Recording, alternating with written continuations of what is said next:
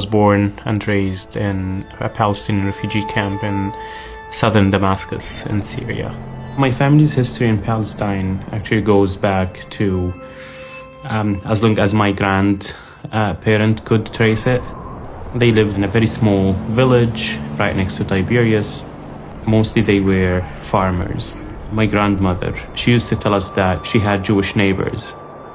They would share a piece of land where they would farm it. Tiberias was one of the first cities that the Zionists targeted in 1948 with ethnic cleansing.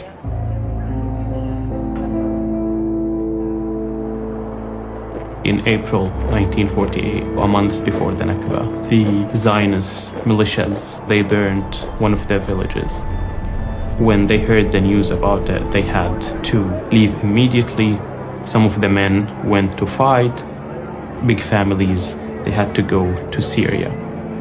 My grandmother, she was pregnant at that time. She had to walk 40 miles. She gave birth on the way. When they arrived in the refugee camp, they thought it's just a matter of days until they would go back. They did not want to be killed because they heard about the horror stories across Tiberias. My dad was born in a tent. His family lived in that tent until like mid-70s when they upgraded to small structures.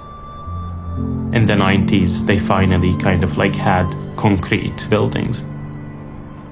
To us, it was always a temporary home until we go back to Palestine.